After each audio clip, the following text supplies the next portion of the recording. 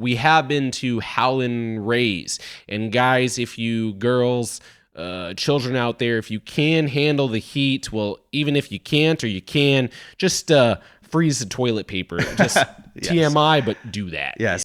Fade in. Cut to. Exterior. Interior. Restaurant. Bar. Club. Day. Night.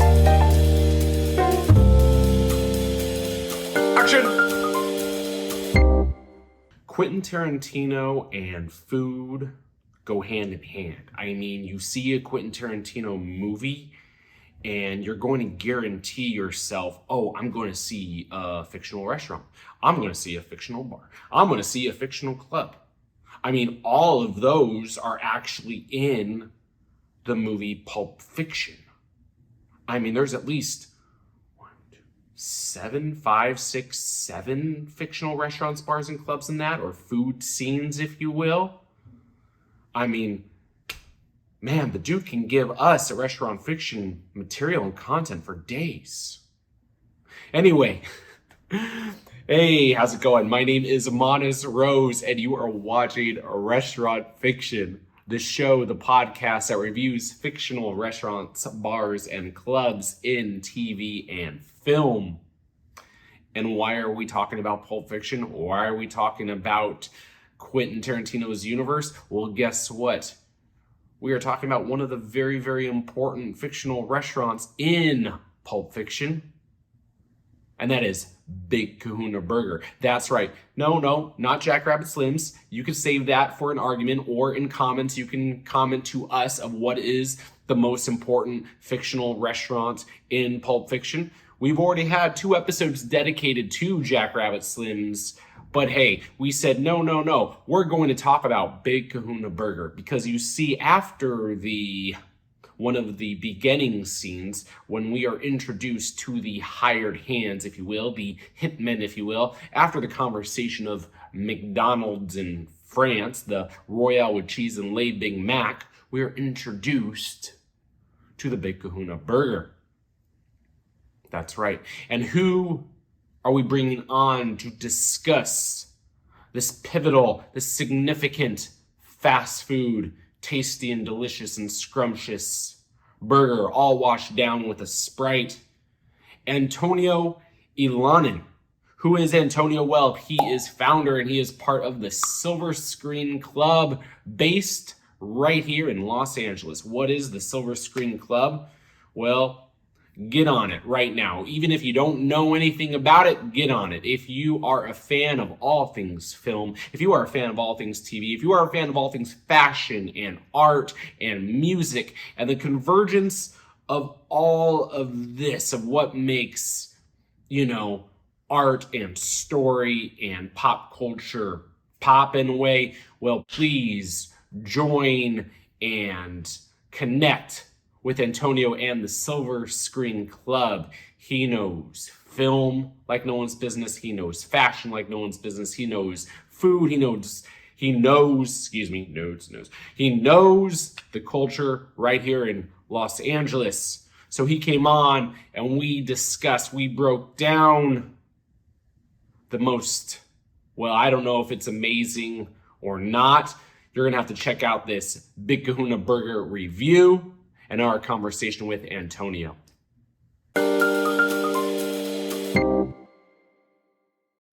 Guys, gals, Antonio. Yes. If today is going to be your last day and you're going to have your last meal, hopefully it's not going to be a fast food burger. Hopefully, but tomato. Yeah. Maybe you love a fast food burger. And really, we never really know when it's our last day. It could be from some kind of earthquake, a natural disaster. It could be from some bodily anomaly within us. It could be from very an outside force, either obviously tragic, et cetera, like a hitman, like Yeah. a contract killer that's going to be knocking on your door and then boom, blow your fucking brains out, Yeah. you know? And if that is the case, you know, do you want it to be a fast food burger? Let me be more specific. Do you want it to be a Big Kahuna Burger? Yes, that's right. Big Kahuna Burger. You think Hawaiian chain. It's from the early 90s. And they went through a brand metamorphosis, kind of still the same. But yeah, Big Kahuna Burger, really, what is it? It is a fast food chain, or I think there's only maybe like one or two. It's an LA thing that really just plops a pineapple on top of American cheese. I mean, you know, to really say that they're Hawaiian is kind of like, oh, a very waspy Caucasian tourist goes to Hawaii, puts on a hulu skirt and a Hawaiian shirt and says, I'm Hawaiian now, you know, bruh. Like that's as Hawaiian as Big Kahuna Burger is. I mean, their logo, I believe it went from pen-drawn hamburger on the bag to more recently surfer cartoon dude looking out in the vista of a big burger as if it was a big wave, like in The Endless Summer or some kind of 1970s surfer movie, you know. So anyway, you know, now obviously it was, you know, went through morphosis. Really, it was just a Big Kahuna Burger. Now all the burgers are named after Hawaiian royalty or some kind of tidal wave pun or something like that. But really, what do we have to say about Big Kahuna Burger? Well, if it's going to be your last meal, if some kind of tragic event, hence maybe a hitman, comes your way with a Magnum or a Colt something or other, do you really want it to be a Big Kahuna Burger? And the answer is no. What you want is you want it to be a Royale with cheese or a Lay's Big Mac. Yes. All right, so that is our very quick review of the Big Kahuna Burger, featured prominently in Pulp Fiction. It has been a running motif in a lot of Quentin Tarantino and also Robert Rodriguez films, but primarily the tour de force was the iconic scene with Jules, etc. in the 1994 film Pulp Fiction. We are talking to Silver Screen Club founder. Are you the founder? Yeah, you're founder, the founder. LA born and raised. Antonio, how do you pronounce Ylanan. it? Ylanan. Antonio Ylanan. Antonio, what did you have to say about that review, and what do you have to say about Big Kahuna Burger in general? The floor is yours. I love that adaptation and take that you just walked me through. I'm like, as you're talking, I'm picturing it in my head, the exact scenes coming through. It's before 10 a.m. It's still the morning, and you're out here eating a tasty burger with a Sprite before some hitmen come over to end your life essentially and get back Mr. Wallace's prized possession. So in that case, I probably would want something different to eat if it was going to be my last meal. But at the same time, though, with LA being the home state and the inventor of the burger, like, why not have it a Big Kahuna Burger, a fictionalized thing that lives within the Quentin Tarantino universe? It's certainly imaginative, yet kind of epic too. Like, it's such an integral part of Pulp Fiction in general. And like, if that's how you're going to be immortalized, why not? Maybe. You know, you mentioned two great things there. Number one is, you know, yes, there are fast food burger chains that have popped up all around America, but two of the biggest ones, which are McDonald's and In-N-Out, happen to really put, you know, their genesis was in California. Yes. So, I mean, the fast food burger, I'm going to say it is a California thing. Yes, you can argue of other fast food burgers across, but I'm going to put my foot down and say, no, California is the fast food burger mecca. Exactly. 100% agree with that. And I think it just kind of goes to show like how much of a hodgepodge of different ideas and cultures that come into California and kind of what is created out of that. I also think too, if you think about Pulp Fiction, it really takes place in like really highlighting car culture in the 1950s and 60s within Los Angeles. And I believe part of the reason why the burger was invented was because of the car culture and how easy and accessible it was to just pull up into a diner and have an order ready and grab and go on the way out. I think that's what makes a burger awesome. Antonio, what would be your last meal? Yeah. So like say today was going to be, God forbid, but say today was going to be your last day, but you could at least choose your last meal. What would that be? That's such an excellent question. And you know what? Taking my hat off in the Quentin Tarantino universe, I have two absolutely favorite restaurants. Trophy's Burger Club on Fairfax Avenue, which is fast casual dining, and Howlin' Ray's in Pasadena and Chinatown. I would ask for both. Like I just can't have one. Those are my favorite restaurants in LA. Both fast casual, both with excellent service, and you really see the quality in food that they prepare. Yes, you know, it could be viewed as like fast fried food, but there's obvious, the difference is the love and the quality that is used, and it just enhances the experience, especially if you're eating there in person. And I absolutely love it. If that was going to be my last meal, I would have both of those. And we have, with full transparency, we have not yet been to Trophy Burger yet, and we can't wait to. But we have been to Howlin' Ray's. And guys, if you girls, children out there, if you can handle the heat, well, even if you can't or you can, just freeze the toilet paper. Just yes. TMI, but do that. Yes. Yeah, and have the Tums ready as well. Maybe drink a milkshake after, a $5 one maybe. But yes, that's what I would absolutely have. Love that. And if your last meal could only be either a big Kahuna Burger or either a Royale with cheese or a Lay Big Mac, which one are you choosing? Oof, that's a tough one. I kind of feel like I'm going to have to go with the Le Big Mac. That is kind of a staple. It is like when you think of burgers, the most branded burger that like probably comes to mind when you ask anyone in the world, what does a burger look like? So I have to go with the classic for sure.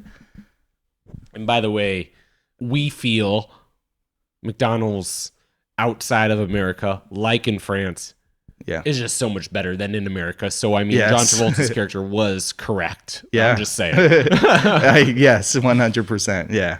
All right. So, Silver Screen Club. You see a lot of movies. You have seen a lot of movies. You're currently seeing a lot of movies. You're going to be seeing a lot of movies. Yes. When we asked you, of all films that you see, TV shows, with your favorite fictional restaurant, bar, and club, you immediately chose Pulp Fiction and Big Kahuna Burger. Tell us more. Yeah.